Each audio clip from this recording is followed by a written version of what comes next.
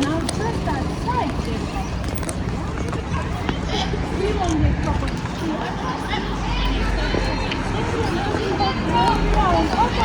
which is surrounded by this small wall. So this gate, as we're making our way to the nice balcony where we will stop to take a look at the view, this gate is important to point out, my friends. I'm sorry for the graffiti that is everywhere. That's, I'm afraid, something you'll see a lot in both Thessaloniki and Athens.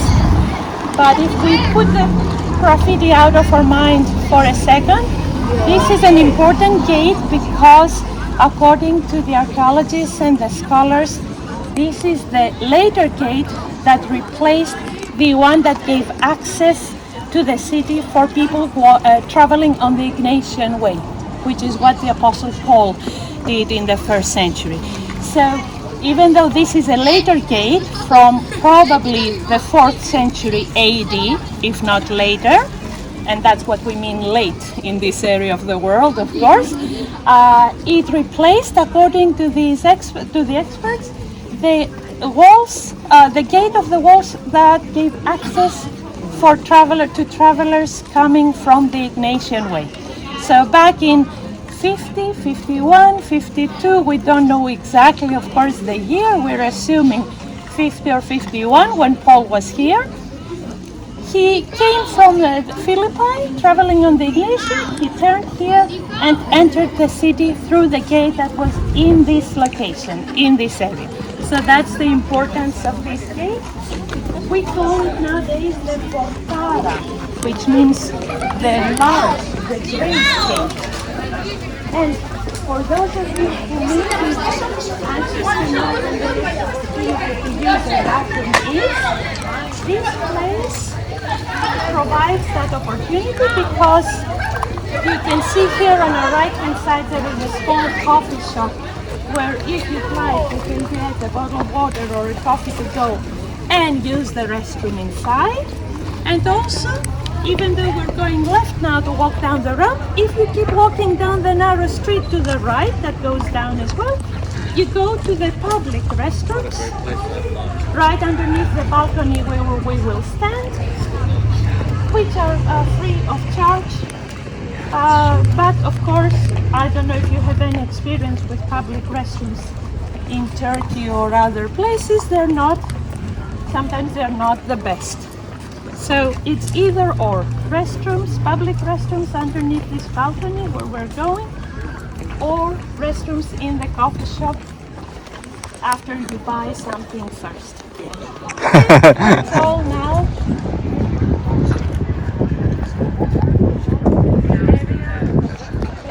This round wall of the city, round tower of the city walls that's right in front of us.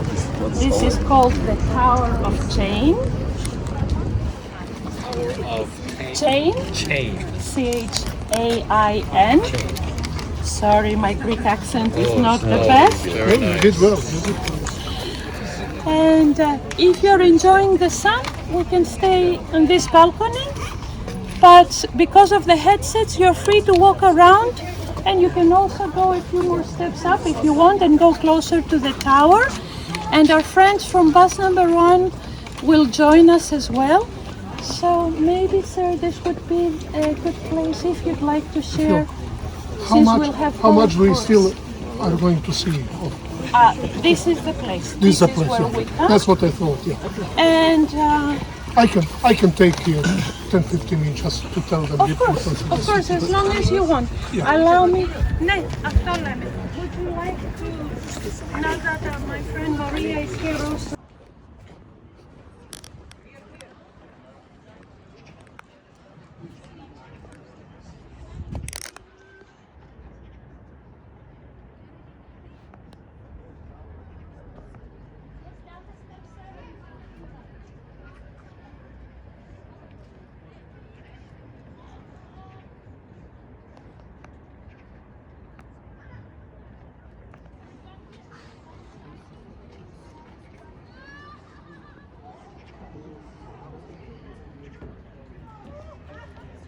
a lot about this place. So let me just remind you what we mentioned before. This is one of the places that we can be sure 100% that Paul was here. You remember when we visited 7 churches, you asked me, was Paul here, did he come? We say big question mark, most likely not, but you know, we cannot be dogmatic. Okay, as you know there in Troas, that Paul had that vision, you know, that man appeared to him, come to Macedonia and help us. And this is Macedonia, ancient Macedonia. By the way, there is also northern Macedonia, that was a part of former Yugoslavia, okay? But this is real ancient Macedonia that we here. So Paul left Troas. So please, what we will see tomorrow, what we see today, it's not in chronological order. From Troas, Paul sailed and he came to Annapolis, which was the port of Philippi. We will talk about Philippi tomorrow. So, after all that turmoil and persecution that Paul experienced in Philippi, in rush, after about 4 weeks spending there in Philippi, Paul came here to Thessalonica. So tomorrow we are going in the reverse order.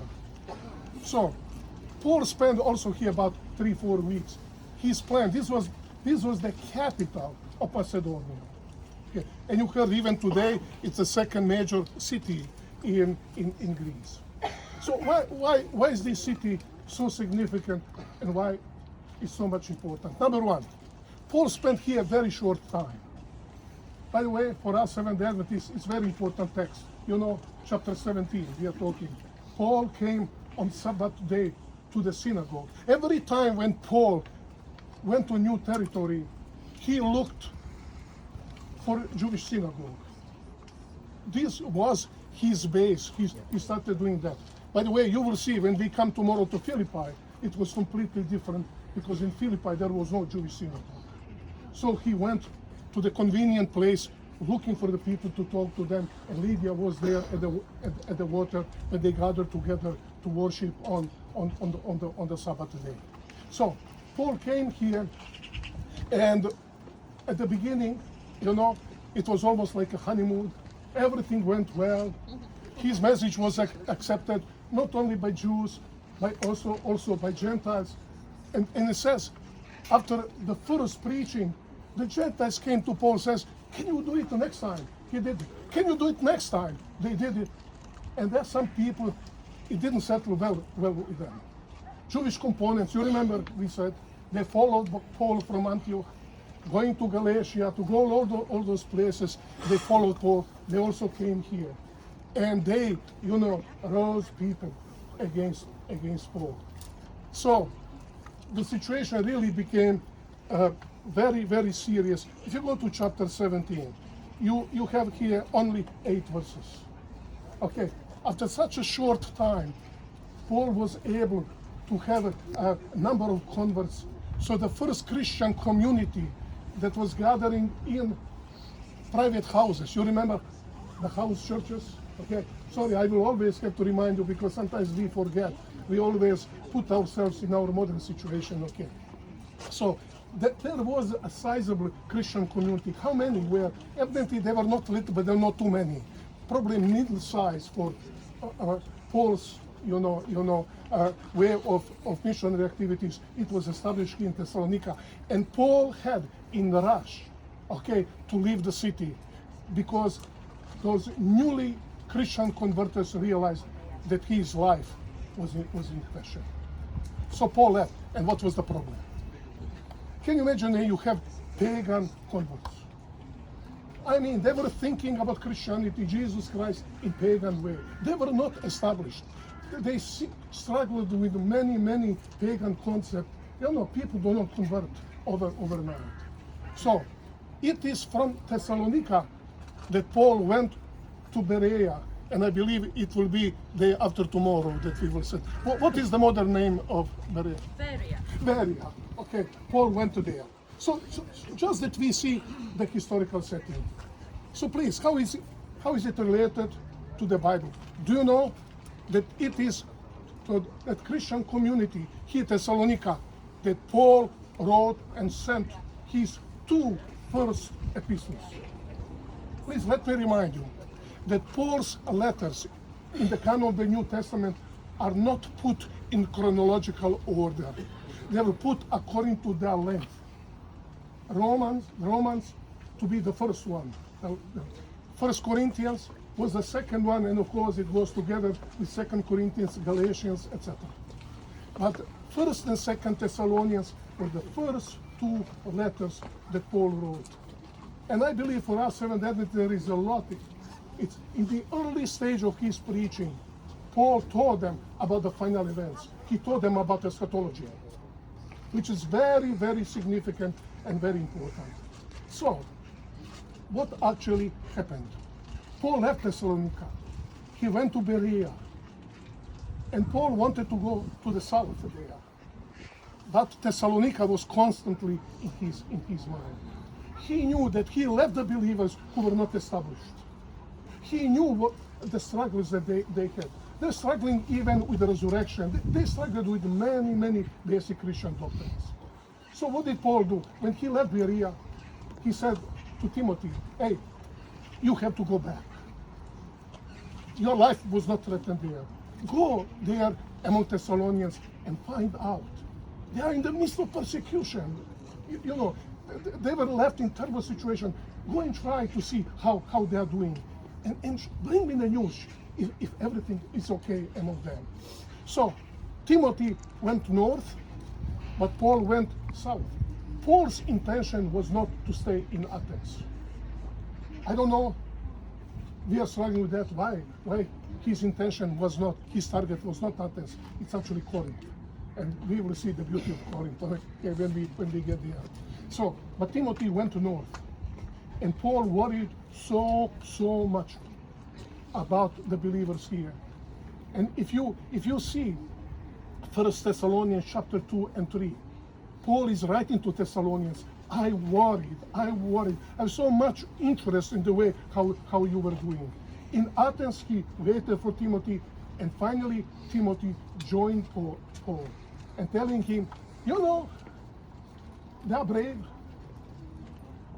They are going, you know, to persecution. They are still faithful Christians, but they are struggling with certain questions. And you know, friends, the first thing is some of the believers evidently went through martyrdom. So they struggled with questions. Okay, Paul taught us about second coming of Christ. So when second coming of Christ takes place, who will be first to meet Jesus? We are who are alive, or those who are dead? And please, now this is very important why I'm touching it. If you go to chapter 5, Paul is making very clear to them about the hour, about the chronos, okay, which is really the point of time. About that time, nobody knows, because that day will come suddenly. But the problem was in chapter 4, when Paul tried to address the issue, who will be the first one, you know, to see Christ. What does Paul say? When Jesus comes, nobody will be first. Okay? Those who are dead, they will resurrect. Those who are alive, they will be transformed, and they will go to meet Jesus. But the problem was that Paul says, then we will be taken. We who remain alive will. Are you with me? He is using the first person plural. So we don't know, as Paul wrote 1 Thessalonians, his first letter, we don't know who took it to Thessalonica. So it is here, to this place, the first letter was taken. The person evidently who took letter spent some amount of time here, watching those believers as they read the first letter. And finally he came back to see Paul in Corinth. Keep in mind, Paul wrote these two letters from Corinth. He came and Paul said, how are they doing? They're doing great. They're very brave as they're going through persecution.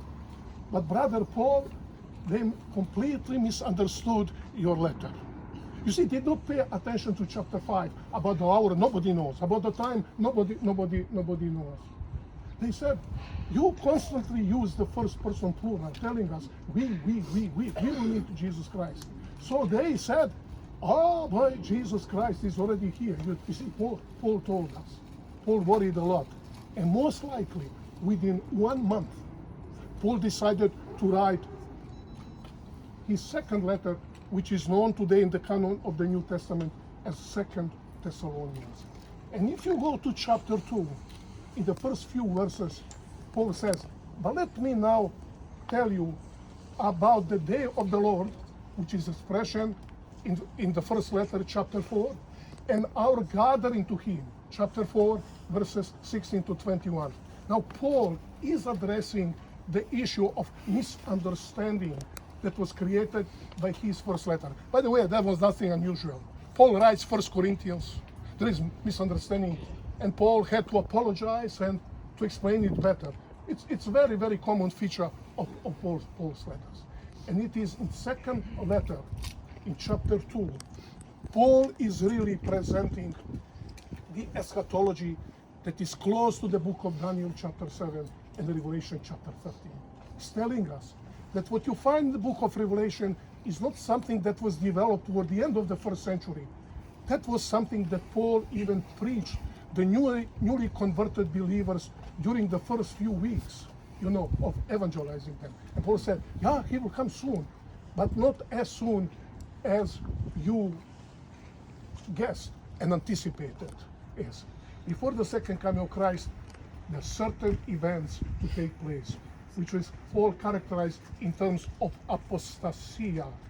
Apostasia, naturally, Bible translators, they translate as apostasy, but really, the correct translation, boy, I hope you don't listen to what I'm saying.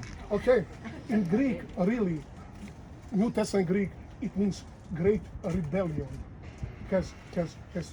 So Paul is explaining to them, the issue of eschatology. But keep in mind, we have to put in the context, Paul did not intend, let me now describe theology of the final events. No, he simply dealt with the issues that were particularly, significant to the Thessalonians. And we go to 2 Thessalonians chapter 2, Paul says, do you remember that I told you all these things when I was among you? 3 times he repeats, he says, do you know, I told you all these things before. You know, because I explained it to you. So, 2 Thessalonians chapter 2 is lacking many information that we like to know. But Paul reflects on Daniel chapter 7 and Revelation chapter 13. Therefore, these three passages, they really should be studied together. And I try to be, as brief as possible. That's why we cannot understand the first, 2 Thessalonians if we do not understand, what was happening here. And really, this place is the birthplace of Paul's first 2 epistles, 1st and 2 Thessalonians. When Timothy joined Paul there in Corinthians, we will come to that place and we will talk about that. Okay. The water, when we look south from here, just for you to orientate yourself and pay special attention to some things that we can see in the city that are worth a look. Remember, we mentioned earlier that... Yeah, I can hear. You cannot hear Yeah, me, I can sir? hear. They're wrong. They're wrong. No, he's not our boss. He's not our boss. Okay. The rest of you can hear me? Yeah. Okay, thank you. I just try the trick, the turn on, turn off trick. Oh, he's bus number 1. Okay. Oh, okay. Okay, my friend, sorry for that interruption. So, as we were saying earlier, as we stand here, we have the Acropolis wall that crowns the top of the hill behind us. On our left, we have one of many round towers of the city walls. This one is called the Tower of Chain. And from this Tower of Chain starts the east wall of the city. You see a piece of it here on our left that goes down all the way to the water, roughly in a straight line. If you look carefully, my friends, at the area of the city. I'll get out of the way. That is in front of us here. You see the line of this east wall moving towards the water, and then it disappears under the busy and crowded city, and it re-emerges in the form of another round tower of the city walls, not right next to the water. If you take a look, there's the top of another round tower near the water with the Greek flag with the blue and white stripes on top of it. That is the most famous landmark of all in Thessaloniki. We call it the White Tower, and our last stop during this bus tour, this city tour, will be right next to that White Tower on the waterfront, and that's where we'll also give you plenty of free time that will be in about an hour, so that you can explore that area a little, take photos of the White Tower, walk to the water, and also walk to a nice bakery or coffee shop or gyros place or a restaurant where you can grab a salad, a sandwich, a cheese pie, something to eat before we take you back, before we take you to the hotel. As you can understand, this is also done for practical reasons, because I'm sure you know the hotels have certain checking out and checking in hours, so we need to spend some hours in the morning on the tour before we are able to get our rooms in the hotel. So it's all planned according to that. So going back to what I was describing, my friends, you see the White Tower stop right next to the water? So that's where the seawall or south wall of the city would start, and it would go west on our right hand side, follow the line of the water, and you will see at, let's say, 1 o'clock down there to the right, the area of the harbor of Thessaloniki. You see all those cranes, you see the piers down there to the right. That is where the south wall or sea wall of the city used to end. Wow. Right there where the port was located. And the modern day port, which by the way is the most important port in Greece for the Greek exports and imports, is almost exactly in the place where the ancient port used to be in the time of Paul. The coastline has not changed significantly in these days. The ancient port was not miles and miles away from the modern port, as it happens, for example, in Ephesus, where I'm sure you've been. Here in Thessaloniki, the modern port is almost exactly in the same place. So try to imagine, even though we can't see that because we're too far, that the west wall of the city started at the harbor and went up to the top of the hill to meet this north wall, which is behind us in an area a few miles away from us to the right, to the west.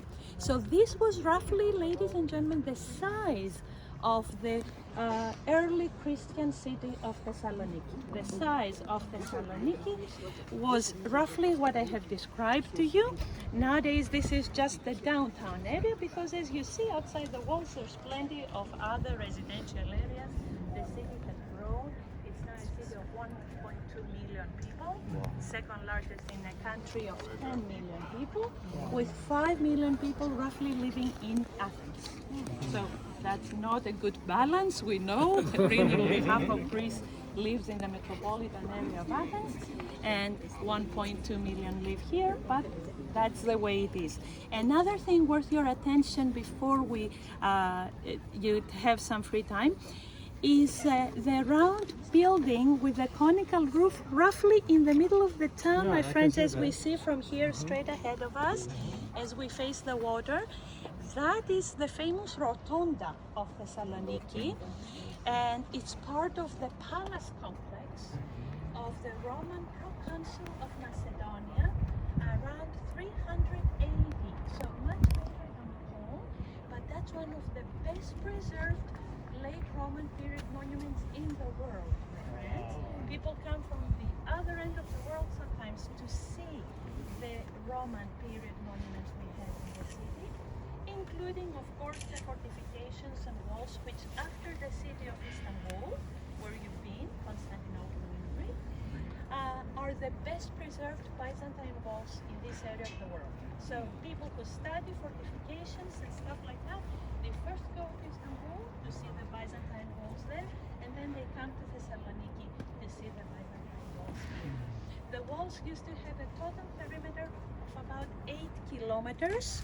For those who are not comfortable with kilometers, that's, I'm told, roughly 6.2, 6.3 miles. Not the best with the conversions. If you can do it in a better, you can tell me. Oh, you think much less, sir? Yeah, even 5? Yeah. Okay, so the important thing is that about half of that perimeter survives nowadays. Because in the 19th century, the Ottoman authorities of the city decided to demolish whole sections of the city walls in order to give the city the chance to grow and expand outside the limits of its medieval walls. That's why, my friends, the lower areas of the east and west walls, as well as the entire length of the south wall, are now missing, are now gone. They were demolished in the 19th century, which was a time when northern Greece was still in Ottoman hands, Muslim hands. I'm sure you've learned a lot about the Ottoman Empire during your time in Greece. So they were here as well. As you may know, Greece and many other Balkan countries were under Ottoman rule for hundreds of years. Northern Greece was liberated after almost 500 years of Muslim rule. 1912, my friends, is when Thessaloniki and the rest of Macedonia and Thrace, northern Greece, were liberated. So not that long ago, huh? Not that long ago. And there's still a strong Ottoman presence in the city. I'm talking about monuments, of course, old mosques, which are now closed, and imarets and hammams, public baths and houses for the poor. So we have a number of Muslim monuments, Ottoman period monuments here. Last but not least, a couple of you asked me already, that impressive mountain range you see across the bay of Thessaloniki is Mount Olympus. And worth our attention, Mount Olympus, the tallest mountain range in Greece, its highest peak, which is actually visible today, we're fortunate, we're blessed, is called Mititas. It rises up to almost 10,000 feet. That's as tall as it gets in Greece. And this is of course the Gulf of Thessaloniki that we see all in front of us. This is part of the northern Aegean Sea. This is the Aegean Sea, A-E-G-E-A-N. It's the body of water, as you know, between Greece and Turkey. So this is the Gulf of Thessalonica. Northern Aegean Sea is another way to say it. And since we have a clear atmosphere, you see on the left-hand side there is a, let's say, a promontory, a cape jutting into the water on the left side there of the Gulf. There's another one on the right, and that area actually on the right side, that part of the land, is a delta.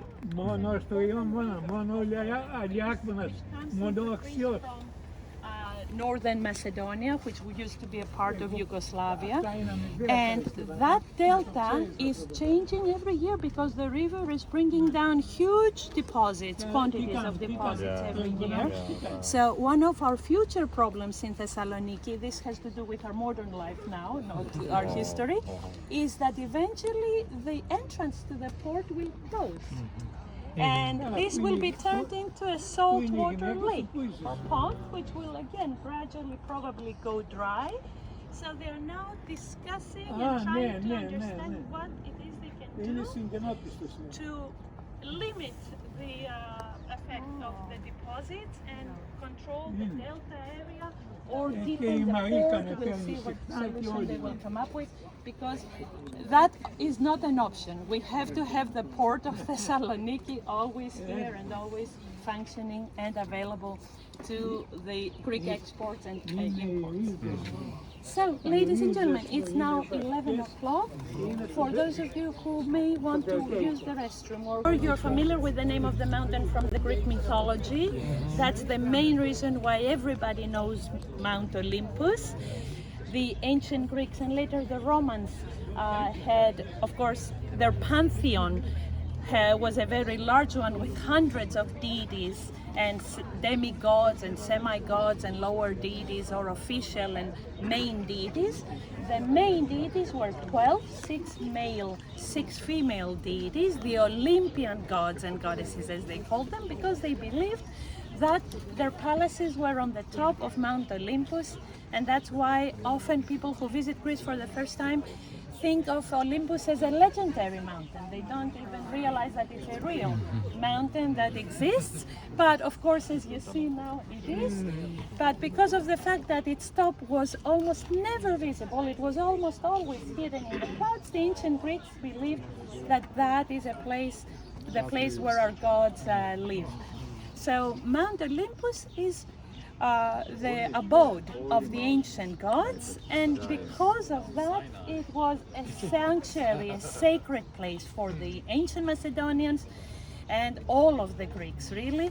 And that was one of the things that connected all the Greeks, who were very divided in different groups and city-states and tribes, but their common the worship of the ancient, the honor of the ancient Olympians was one of the things that brought all the Greeks together, and that's why it was so significant. I want us to understand that actually Olympus is related to the core of Greco-Macedonian gods. It was Zeus and his family, his wife, his daughter, son, and they were doing everything on themselves. They're behaving much worse than the worst person in this world. They were jealous. They had sexual relationship, everybody with everybody, etc. So when you really read about those pantheon gods, there was nothing desirable. You will never allow to put on TV that your children are watching about them to be better people, etc. So there are many questions, but this mountain is very important to Greco-Macedonian religion. And later Sorry, Roman, just adding, course, a few things. Yeah. Of course, whatever you want. So is that a snow cap all year round? It's tall enough to have snow all year round. It usually melts in the summertime. Usually in the summertime, we don't see any snow. Did you say that about 10,000 feet high? 10,000 feet? Yeah, almost. It's actually 9,570. Of chain. Tower of Chains. Yes. This wall. It's part of the Acropolis wall. We call it the Acropolis wall. It doesn't have it because it's part of the wall that surrounds the castle that's at the very top of the hill. Did you say dated back to around the 4 AD? 4th century AD roughly, but there have been reconstructions, repairs over the time. You're welcome. So my friend, that's our next stop. Oh, Of wow. the people of Greece. Okay. Used to be even higher percentages. This is the last census which took place last year. What Okay. it showed in 2022 is that 90% of the people who are permanent inhabitants identify themselves as Eastern Orthodox or Greek Orthodox, often people say, because we are in Greece. Yeah. And then there's 2% that is Muslim. Okay. In the country, there's 3% who are Christian but other denominations, other churches, Catholic, Protestant, Evangelical, and so on. And the remaining 5% identify themselves as something else. Something else. So let me ask you another question. Buddhist, atheist. Right. And So another question. Since since the fall of the Ottoman Empire, especially here in 1912, you mentioned, Exactly. it's so recent. How come there's so few Muslims? Yeah, that is surprising, but this was a unique event in 1922-23, after one more war between Greece and Turkey, which Greece lost in that case. The two governments agreed to exchange populations. Oh. This is a unique phenomenon. It has been done a couple of times in modern history since then, but it was the first time that it was done to such an extent Wow. and degree. It's calculated that about 2.5 to 3 million Greeks, Greeks, left the Ottoman Empire and moved to Greece, and about 500,000 Muslims left Greece and moved to Turkey. Forced? It was the government's agreement. No, theoretically they had the option to stay, and actually many Muslims stayed behind in Greece, and that's the 2% that you have. Gotcha. But almost all the Christians left the Ottoman Empire. They prefer to live here. The fact that not all the Muslims left shows us that they had a pretty good life here, unlike the Christians who lived There. in there. And were they given land? Like Were they No, given no, a no, home by the they government? were or- allowed to have a certain amount of money with them and take everything that they could carry, but they had to leave their possessions behind, Oh, wow. and no money or compensation. Well, what was the ever given incentive? to me. Just for safety reasons. Okay. Safety reasons, because the two countries had fought so many Yeah. wars. There was so much back history, dark history Yeah. back. Crusades. Crusades among that's other something things, but bitterness. There was a lot of There were bitterness specific between the wars two. between Greece and Greece Turkey. and Turkey that after we the don't establishment know of much modern about. Turkey by Kemal. Yeah, Yes, there were. Because all the way back when you said 500 years before, all of that was Greece, yeah. right? I mean, Yes. we were in Turkey. We saw so many different Greek things. Oh yes, of course. And going back to 900 or 800 BC, all of that was Greek Greece. territory. That Interesting. was Ionia. Agamemnon. That's why. Agamemnon, Paris, all Troy. of that. Yeah, Troy. I Going mean, back to that.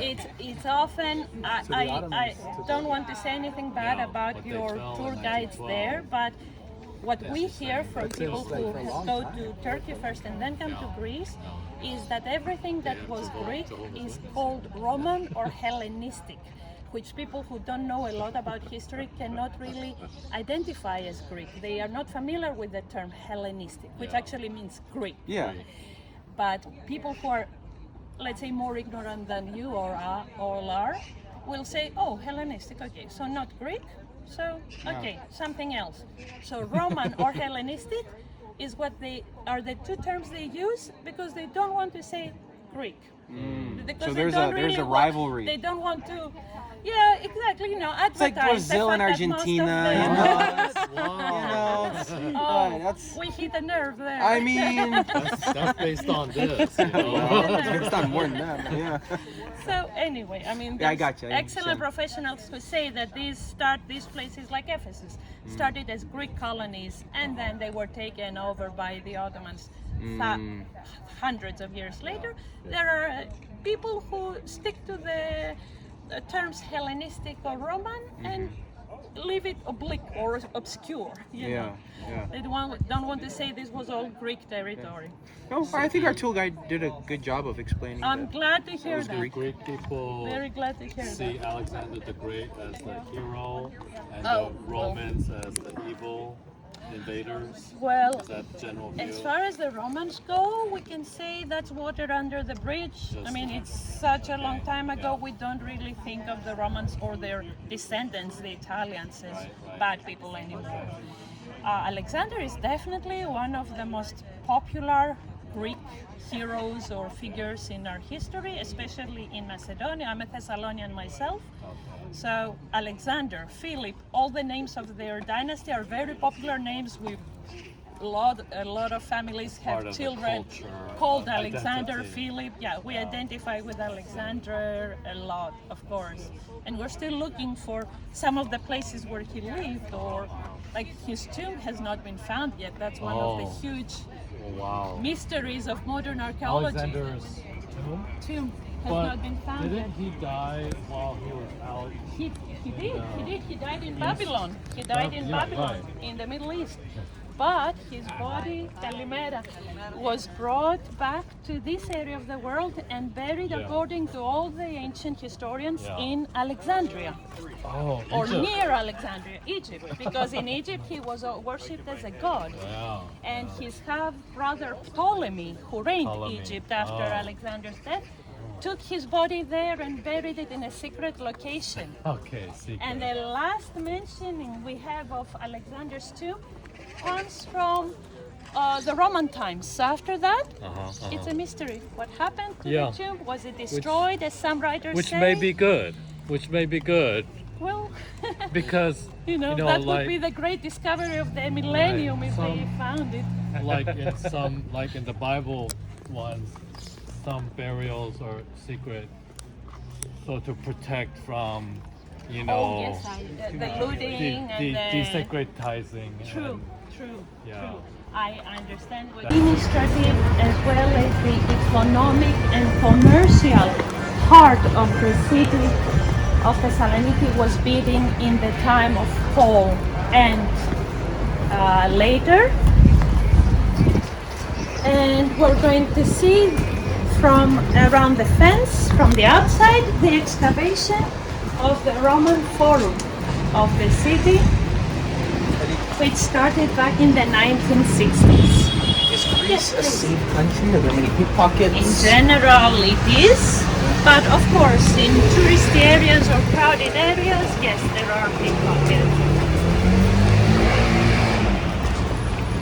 So let's be careful as we go across the street. To the left. In Greece, I have to tell you, you must never assume that the drivers will stop for you. So please be careful.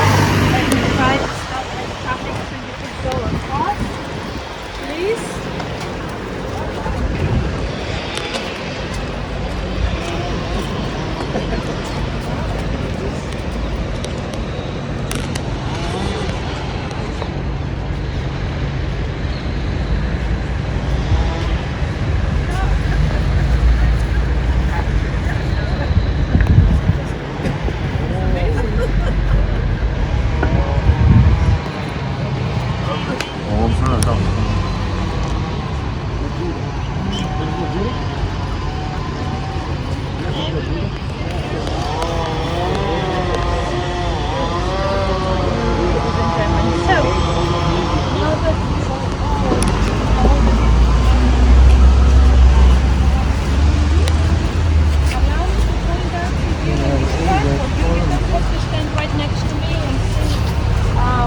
Where I'm pointing, I will describe this for all of you.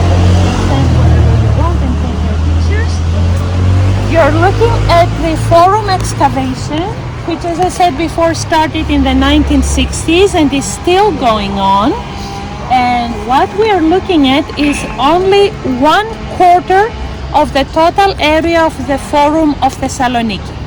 So this is 1/4, 25% of what there used to be in the time of Paul, earlier and later as well, but also in the first century when Paul came here. So after all the sites you have visited in Turkey, I'm sure you recognize the arrangement, the typical arrangement of a forum, which was always an open rectangular area in the center, in the middle, that was surrounded by colonnades, and behind these colonnades you would have the buildings, shops or other kind, nicely arranged one next to the other behind what the Greeks would call the stoas. A stoa, S-T-O-A, is a long arcade, a portico, a gallery behind which there were small rooms or shops or office buildings or administrative or government offices. So in this area where most of us are standing, we see in front of us some bases of the columns of this eastern colonnade on the east side of the Forum, and also across the excavation on the other side, on the south side, on the side of the water. In other words, you see some more round bases of more columns that were part of the south stoa or portico, which covered the entire length of the Forum on the south side. And so this is one corner only. We're looking at the southeast corner of the Forum. Imagine that this Forum would extend in the area under our feet all the way up to the church, and then also on your right hand side, so that way it would extend in that direction for another 2 city blocks at least. So this was a huge Forum, very large Forum. That's why I'm saying that what we're looking at is only 1/4, 25% of what there used to be. And all along the south side of the Forum, they have excavated mostly shops and shopping malls, we would say. But on this east side that we are facing from here, we have found mostly commercial buildings as well as government buildings. Among these ruins, for example, they have discovered the royal mint of the city, where they minted their own coins. And most importantly, they have discovered the small semicircular Odeon or concert hall that you all see on your left hand side. And the importance of this building, my friends, is that underneath this second century small concert hall that we're looking at, they have discovered the floors of an older building of same size and arrangement, which was not a concert hall, not an audience, but the Buleterion, the council house of the city. One of the privileges that the people of Thessaloniki enjoyed under Roman governorship was that they had the right to elect their own authorities. The city authorities were known by the name, I think all of you pastors are familiar with, Politarche, the Politarche, the city authorities. And this was a local Macedonian term that was not found in documents coming from other parts of the Greek world or other parts of Greece. And that was one of the arguments that people who were trying to doubt the Bible and find arguments against what the Bible is saying were basing their theories on. They were saying, for example, that this word politarche, which appears in the book of Acts of the Apostles in the 17th chapter, where the description of what happened with Paul here is mentioned, did not exist anywhere else. And they were saying that it was a word that Paul or Luke made up, and it's not an existing word, so nothing in that chapter is true, it's all made up. But in this excavation we found one of the first marble inscriptions with that word, carved in marble, saying Politarche. And since that first inscription, another 30 have been found only in Thessaloniki and about 100 in the rest of the Mediterranean area. So we now know that that argument is vacant. This was a legitimate, existing word, historical word that was used locally in Macedonia rather than in other parts of the Christian world in the first century. Okay, so when you read next time that text from the book of Acts, where it says that the Jews started trouble and raised a mob and they attacked Jason's house. We sadly do not know where Jason's house was located, and they couldn't find Paul and they dragged Jason in front of the authorities. The word for authorities in the Greek text is politarche, and the building that was right underneath this semicircular audience is where they would meet. So this is where Jason was brought. You're looking at the very area where Jason was brought and was forced to pay money in order to be released, since they could not find Paul and they attacked Jason's house. This is it. That's the connection. That's why we thought you had to see this place.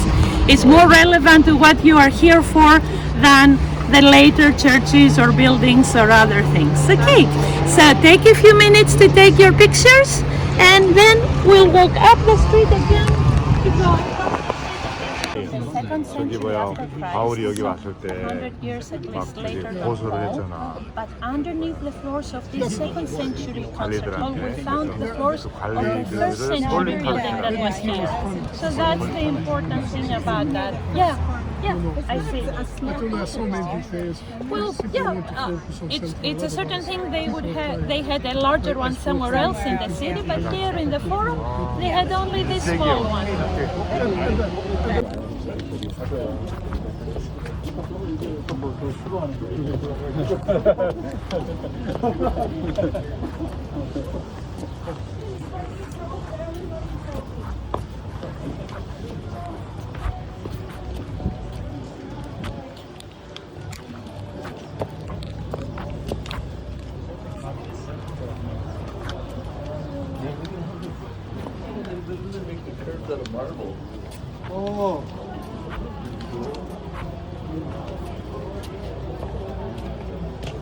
이 헬라 사람들이 이게 자기 사상 논쟁 이렇게 원하는 거 좋아, 디베이트하는 거 좋아하고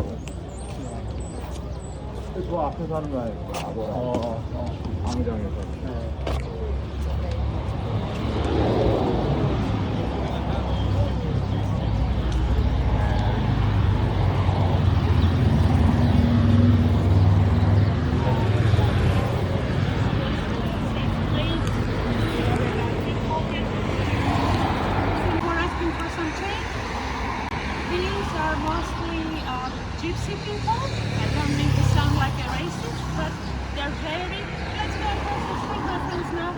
professional. They're very, Very professional. it's your attention, and then the little child comes from your around and picks your pocket. So just be aware, my friends, of your things and your wallets when you see them.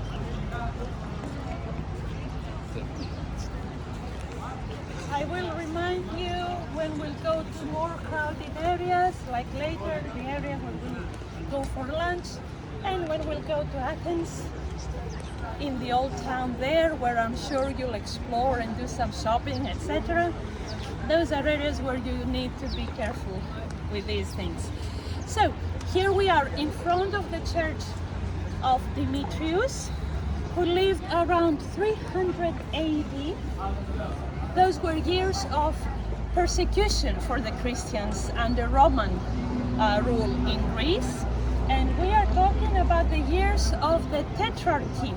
In those years, the Roman Empire was divided in two parts, east and west, and each part had an emperor and a Caesar. So Thessaloniki was the, let's say, home of the Caesar of the east part of the Roman Empire. The emperor in this area of the world was Diocletian. The Caesar was called Galerius, and this city was his home. When I showed you the rotunda from the top of the walls earlier, the rotunda was part of the palace complex of Galerius, who was a fierce persecutor of the Christians. And during his persecution, the last great persecution in the Roman Empire before Constantine, Demetrius was arrested in the marketplace. The accusation was that he was preaching the gospel. He was arrested by the other Roman soldiers, even though he was serving his army service as well. He was a soldier in the Roman army, a Thessalonian, a Greek in origin, but serving in the Roman army. He was arrested and thrown to prison in the underground rooms of the Roman public baths that were right here in this area of the city. Just a block away from the forum, there was a large complex of public baths here. He was arrested and imprisoned in one of the rooms of the baths. And the Caesar went to the arena, the stadium, to watch the gladiatorial contests. And a few hours later, he gave the order, and Demetrius was speared to death for being a Christian. And his body, according to his biographers, was just abandoned right there where it had fallen. And a few Christians that same evening entered the baths and buried the body where it had been lying.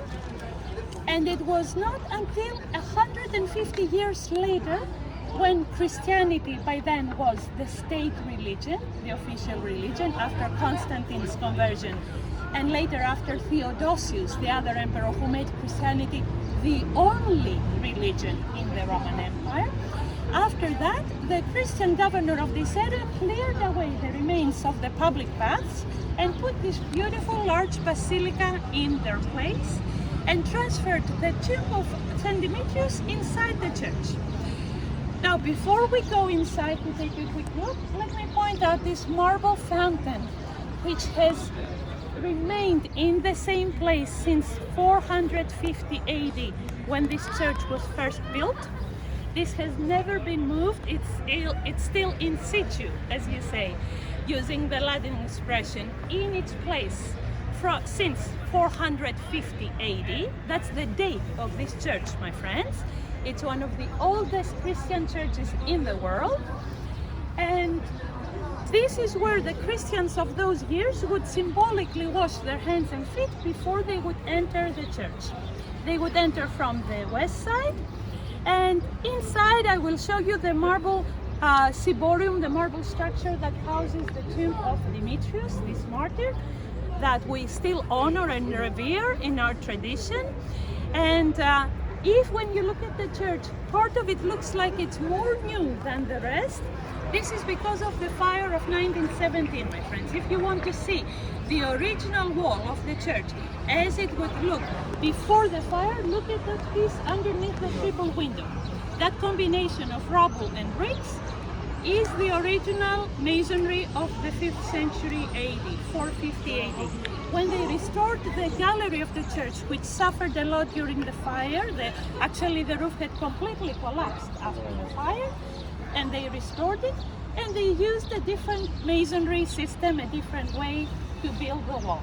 But the original is still there for us to see under the triple window. Yes, please. Architecture still the same? Or did they Yes, change the it? texture is exactly the same. The only thing they have done is use the different system, and also they added that bell tower on the left side. Imagine in the original church, the saddleback roof would go all the way down to the north and south wall. You would not have these two towers interfering. That's the only difference. Everything else has remained the same. We'll see that inside. Kindly come inside, ladies. I will just ask you if you want to remove your hats inside, because in our tradition we uncover our heads when we go to church. In different traditions there are different ways and aspects in the Greek Orthodox Church.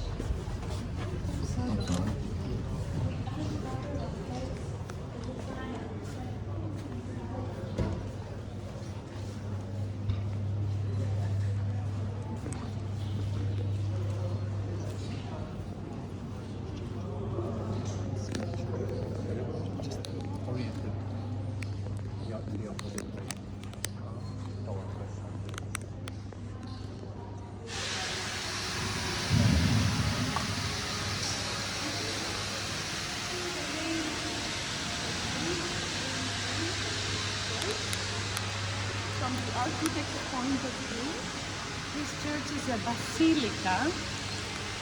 That's a Greek term, you probably know. We say Thessaloniki.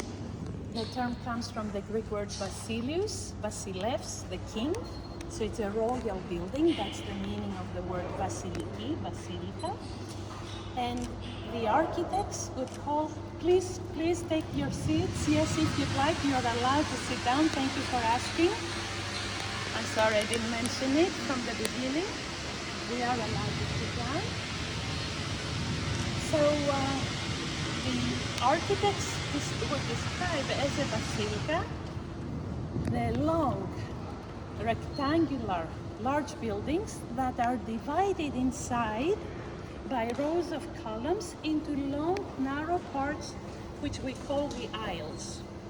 So this basilica, if you look around you, you'll see, is a basilica with 5 aisles. Because when we look to the right, to the south, we see 2 rows of columns. So there's 2 lateral aisles on that side. And to the left, north, 2 more rows of columns, so 2 more aisles. And we are in the nave, in the middle aisle, which is always at least twice as wide as the lateral aisles. So altogether 5 aisles. I hope I'm not getting in the way of your pictures. Sorry if I am.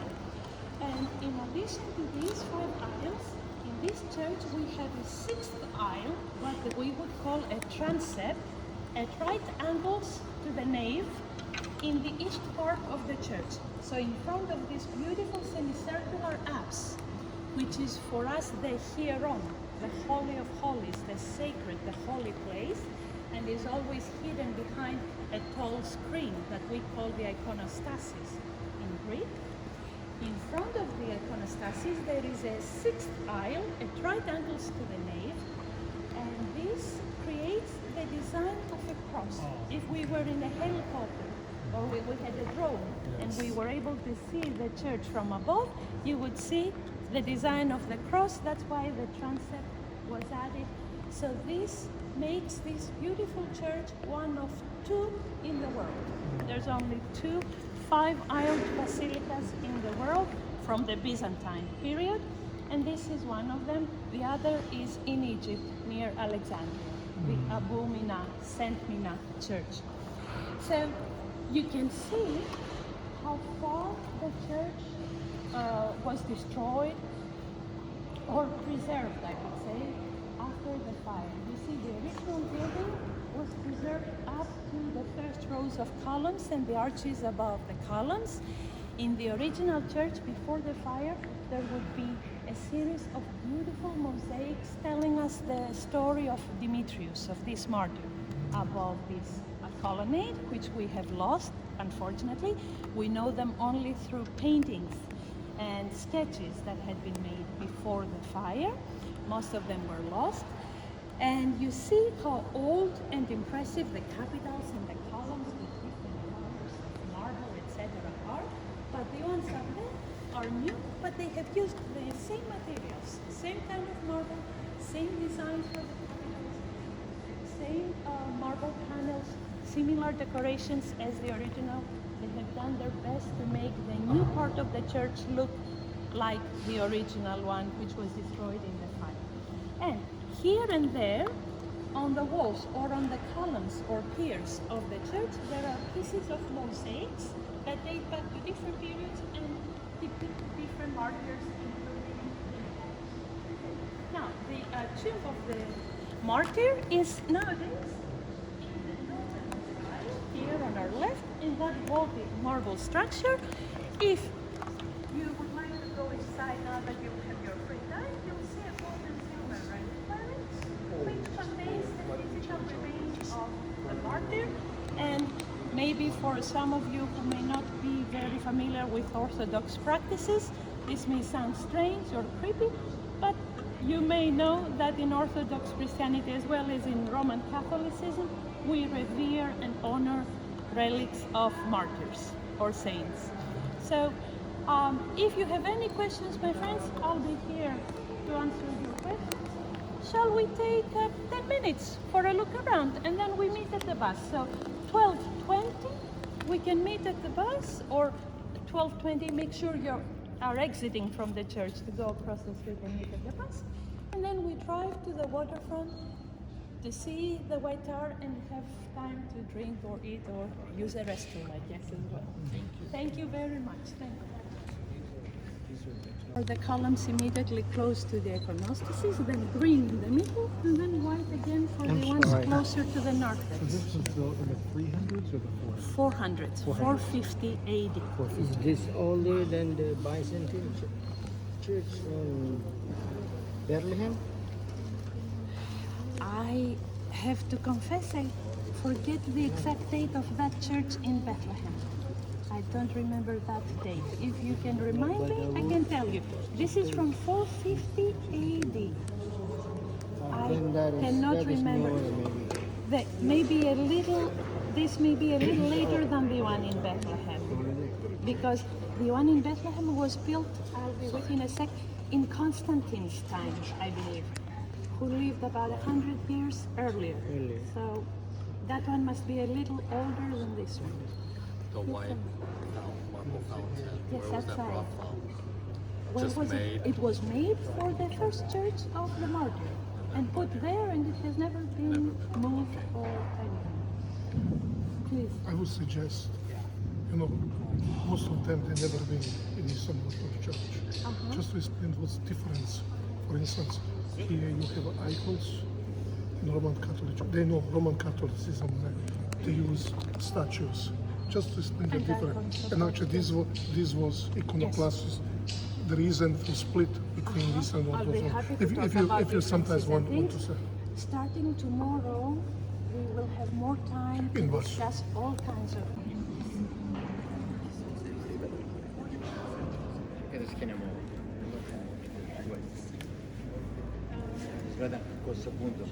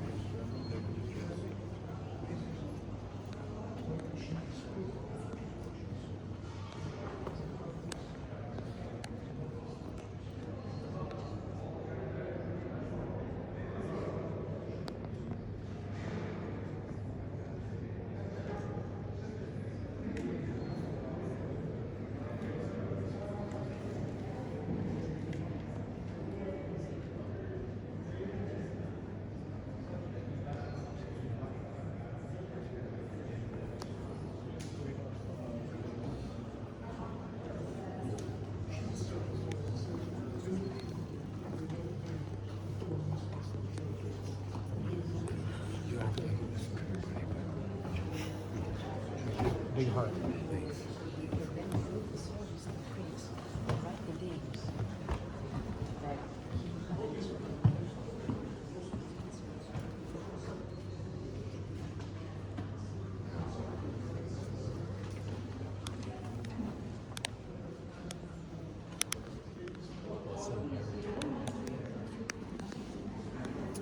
I'm not sure.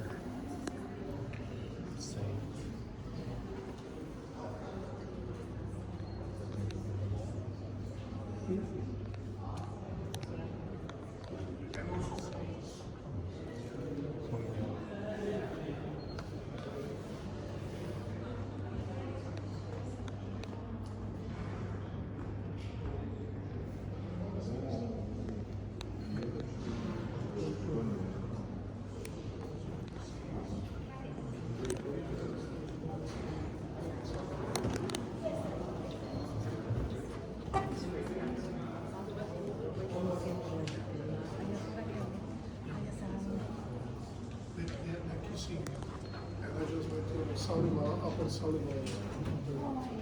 It's so. So it's basically Bible. No, they don't have statue.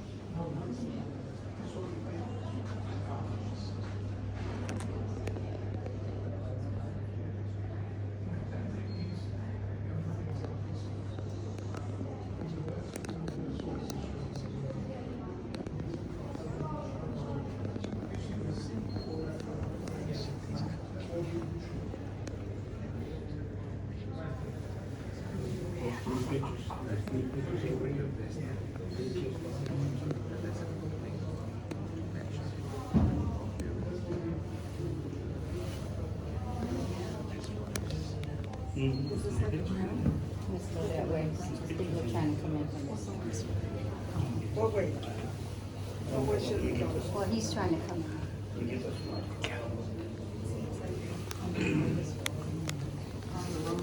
Yeah.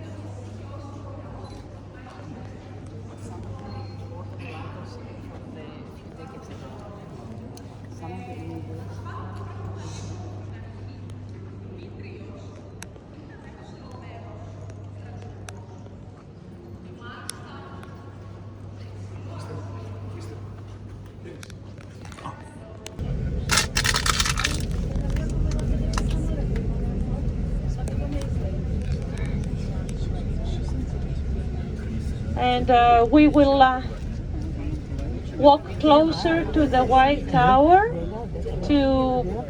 and I will point out to you the location of to discuss, including, of course, history of Greece, or biblical Christian history and so on.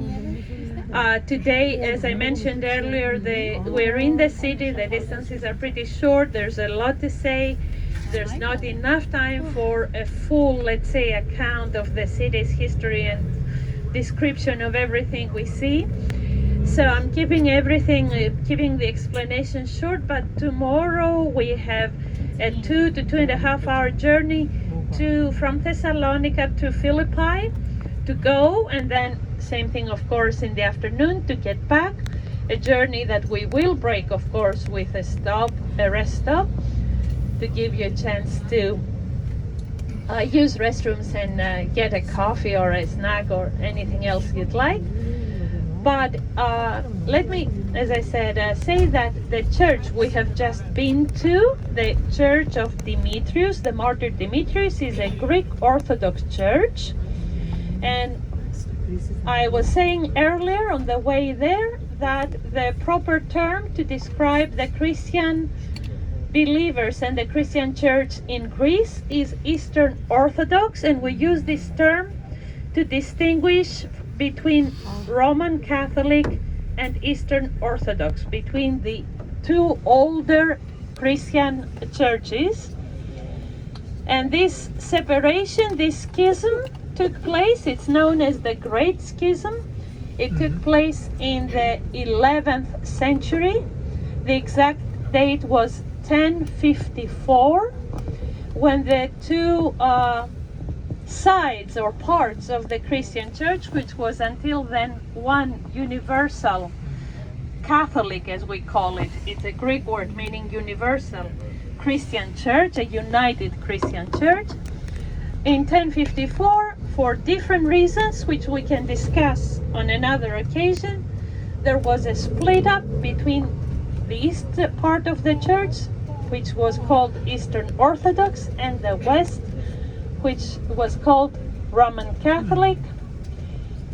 And in this country we are Eastern Orthodox. Most of us are Eastern Orthodox Christians. So that beautiful Basilica of Demetrius is an Eastern Orthodox Christian church, and it dates back to 450 AD after Christ. It's one of the oldest surviving Christian and still functioning Christian churches in the world. And as we're driving down this, or not really driving down, waiting for a minute because of a car that's stopped right in front of us. That happens all the time, my friends, in the cities. People park at the wrong places or double park. So as we are driving down the street, straight ahead of us, especially those of you who are sitting in the front area of the bus, can see the water. And on our left-hand side, we have the university campus of Thessaloniki. This is the Aristotle's University of Thessaloniki, named for the great Macedonian philosopher Aristotle of the 4th century before Christ, who was, among other things, the tutor of Alexander the Great. And the original building of the university is the one coming up on our left-hand side now. It's from the 19th century, and the rest of the buildings are more new, more recent. Each one of these houses a different school of the university. So the School of Physics, School of Medicine, School of Mathematics, Geology, Archaeology, and so on. And the University of Thessaloniki is a state university, like most of the universities in Greece, which means that the young people who study here do not pay. These state universities are free of tuition. They are no tuition universities, state universities.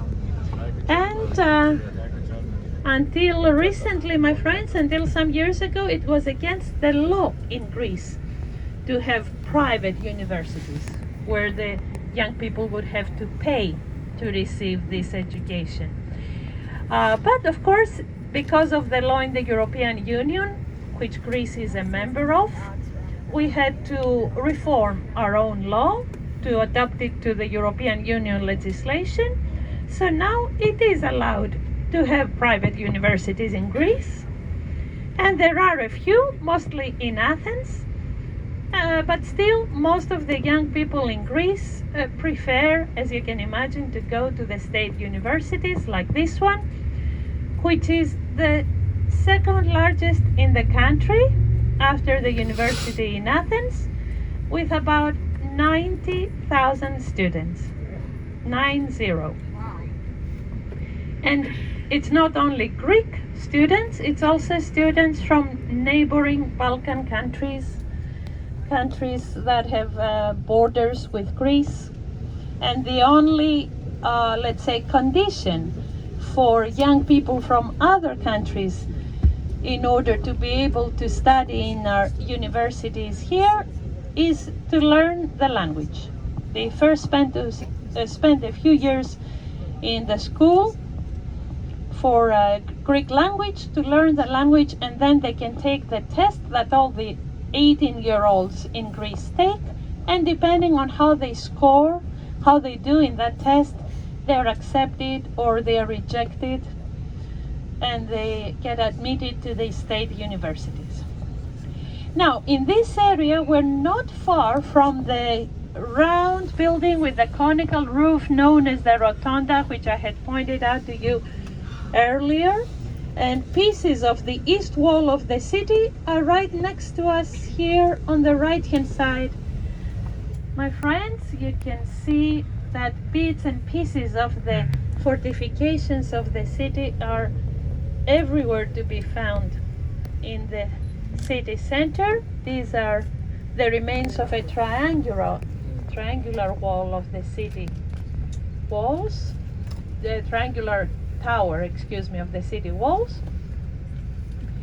And in a few minutes we will see the White Tower, which is standing at the spot where this east wall, pieces of which are on our right, used to end, and that's where the sea wall started, that used to go as far as the port of Thessaloniki. So the White Tower that is standing on the waterfront of the city nowadays is from the 15th century. It was built on top of an earlier tower just after the Ottoman occupation of the city in 1430. And it was used as a prison for long-term prisoners during the years of Ottoman rule. So the older name of that tower was the Tower of Blood, because often the Ottoman authorities would put the convicts to death on the ramparts of the tower up at the top, and their blood stained the walls of the tower. So the people used to call it Kanli Kule in Turkish, the Tower of Blood. But in the 19th century, which, as you may have learned in Turkey, was a period of reforms and changes in the Ottoman Empire. They tried to reform and modernize the Ottoman Empire in the 19th century. The Ottoman authorities of the city wanted to do the same, and they decided, number one, to demolish the lower sections of the city walls in order to give the city the chance to grow outside the limits, these limits, and also they decided to whitewash the entire tower. So since then we have been calling it the White Tower. In Greek we say Lefkos Pyrgos, and it's nowadays more like a museum. It's open to the public. If you'd like, you can do that. During the time you'll have to walk around and grab a bite and explore the area around the White Tower a little. There's a small entrance fee, and you can go inside and walk up to the top of the tower to see the beautiful view of the city from up there. That's an idea if you'd like to do something like that. So we'll ask you, please, my friends, to, let's say, in general, be ready, because in a few minutes we will find a place as close as possible to pull on the side of the road, as close as possible to the White Tower. I mean, all around it you will see the foundations of the small wall that used to surround it. And if you decide to walk to the water, so straight down the pedestrian area and then take a left, you will see, it's not far from here, an equestrian statue of Alexander the Great, my friends. A few minutes walking from this area, which is one of the modern landmarks of the city. But most of the places to grab a bite are, as we're looking at the White Tower, on our right, in the area to the right. So as soon as Andreas is able to stop and open the doors for us, we will jump off our bus and walk all together towards the White Tower, so I can, if you'd like, point out the areas where you can go to get something and fix the meeting point and the meeting time, my friends, before we all disperse.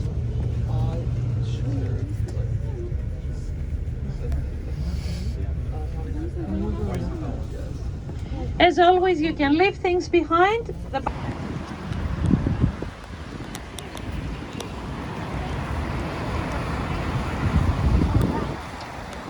5 more minutes of walking, so pretty close to where we are. In general, in Greece,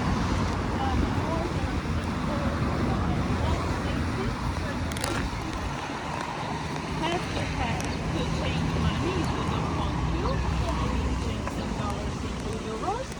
But in general, it's good to have some euros with you in case you happen to want something from a place, not necessarily today, on the next few days, which does not have a POS and not use your card.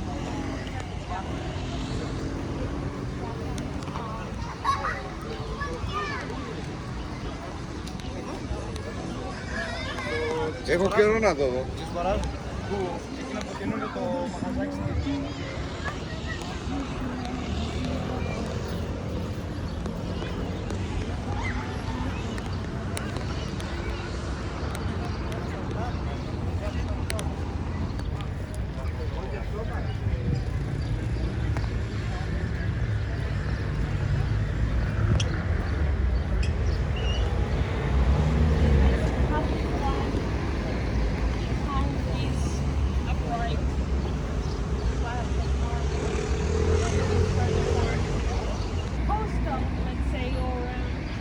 Waterfront Avenue on our left-hand side. This is called Avenue.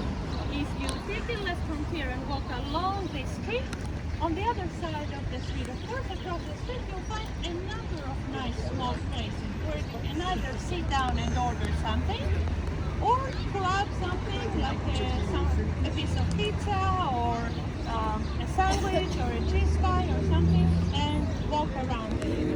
There's even a Starbucks a little further down. I don't know if you're fans or not. I'm just saying. And also, that's at the next corner, not the first building. The next building, that's where the Starbucks is. And then 2 steps away is a food McDonald's.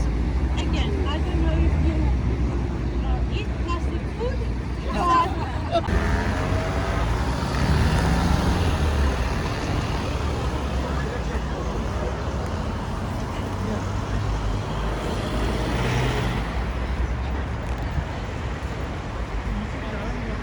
네, 사람 엄청 많은 거 보니까요.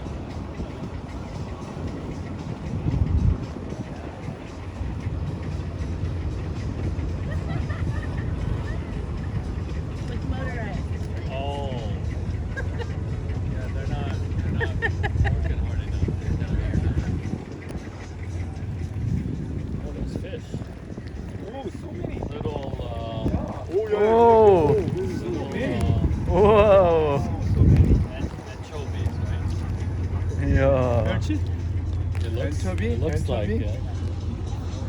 If we throw some bread in there, maybe they will. 그물 끄는 걸좀 뜰 수 없이. Oh, you got.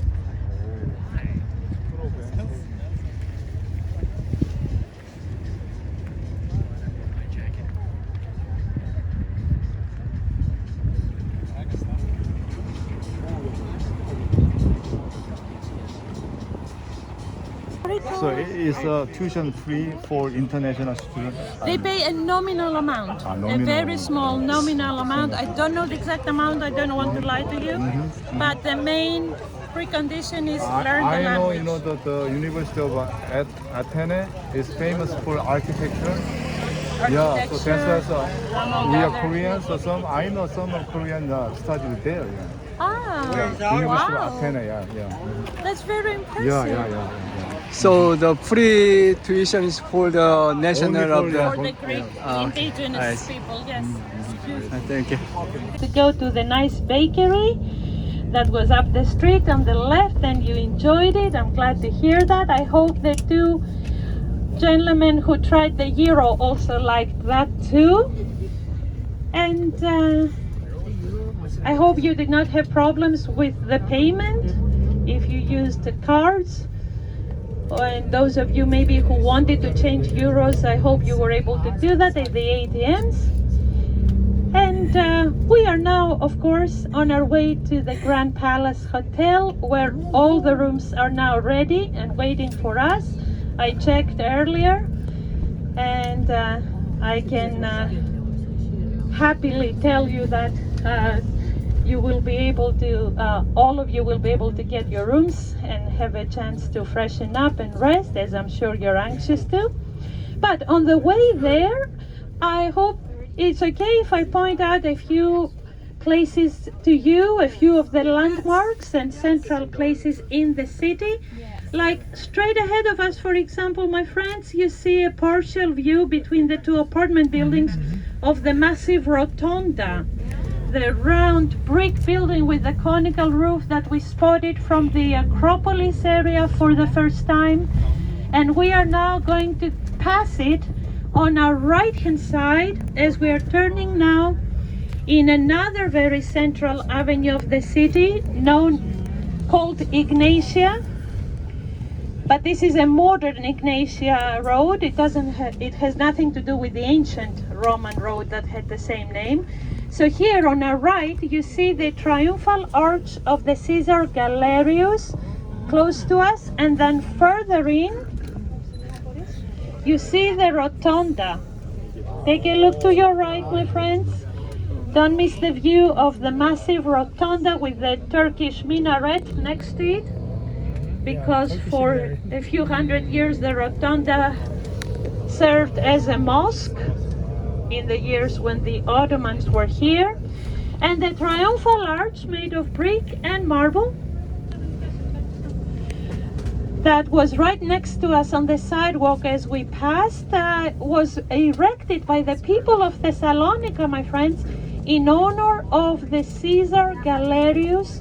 I'll remind you, he was the one who was a fierce persecutor of the Christians, and he was responsible for the death sentence of the martyr Demetrius, who was later on canonized. And we visited the church that was built in his honor in 450 AD, the Church of Demetrius. So Galerius was the Caesar of the east part of the Roman Empire under the Emperor Diocletian in the early 4th century after Christ, so around 300 AD. And he lived in a huge palace, which is nowadays in ruins and buried, most of it, under the modern apartment buildings in that area of the city. And the only buildings of that huge palace complex that are still intact are the rotunda and the triumphal arch that was on our right as we passed that area. So that arch was built by the people of Thessalonica, who wanted to honor and celebrate the great victory of the Caesar Galerius against the Persians in the east. Galerius fought for years against the Persians. He managed to defeat them, and then he celebrated his victory when he returned to Thessalonica by erecting that arch and parading with his entire army under that arch. That's what the Roman emperors and generals would call a triumph. He celebrated his triumph, so it's called the Triumphal Arch. We are approaching now Aristotle Square, the heart of Thessalonica. So here on our right is a little Ottoman hammam, an old bath from the Ottoman years. Paradise Hammam is its name. And take a look, my friends, first to the right very quickly and then to the left. This is all of this starting on our right and going all the way to the water. This is Aristotle Square. All of this area is called Aristotle Square. It's the heart of Thessalonica. It's the most central point in the downtown area of Thessalonica. And here on our right is another little Byzantine church dedicated to Mary, the mother of Jesus. It's a church from the 11th century, only 1,000 years old, and it's one of tens of Byzantine churches we have in Thessaloniki. This city, my friends, is famous as the most Byzantine or Byzantine city of Greece. After Constantinople, after Istanbul, where you've been, the next best place to see beautiful churches from the Byzantine period is Thessaloniki. There's tens of them, there's many of them, and we have the honor to have 3 of the oldest Christian churches in the world in this city. It's the Church of Demetrius that we had the chance to see, and there's 2 more from around the same period, 5th century AD, a church dedicated to Mary, the mother of Jesus, and a 3rd one dedicated to the Hagia Sophia. Coming from Istanbul, you know exactly what that means, the Church of the Divine Wisdom of the Lord. We have our own Hagia Sophia in the center of Thessaloniki, but it's a little later than the one in Istanbul. This one here is from the 7th century rather than the 6th. And if some of you have noticed, the construction sites on the side of the Ignatia Avenue as we are driving, those are due to the construction of the metro, the subway in Thessaloniki, my friends. This is a metro that has been under construction for several years now. It's become an anecdote among the Greeks. That's why Andreas is laughing at the moment as he's listening to me, because there are now many jokes among the Thessalonians, especially concerning the metro and how long it has been going on for. And the reason, of course, is, my friends, that this modern city, as many of you pointed out earlier at the forum of the city, this modern city is sitting on top of the ancient one. So wherever we dig in Thessaloniki, we find some ancient ruins.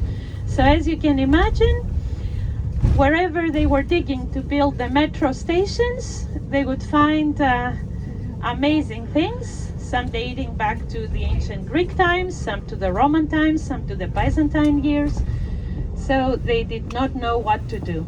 And for many years, they had the work had stopped.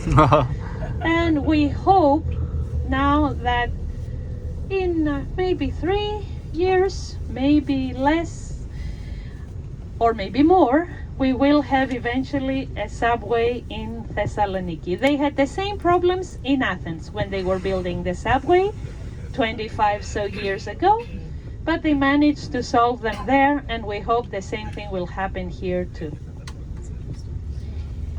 So, my friends, very, very soon we are going to arrive at our hotel, And upon arrival at the hotel, the porters will show up to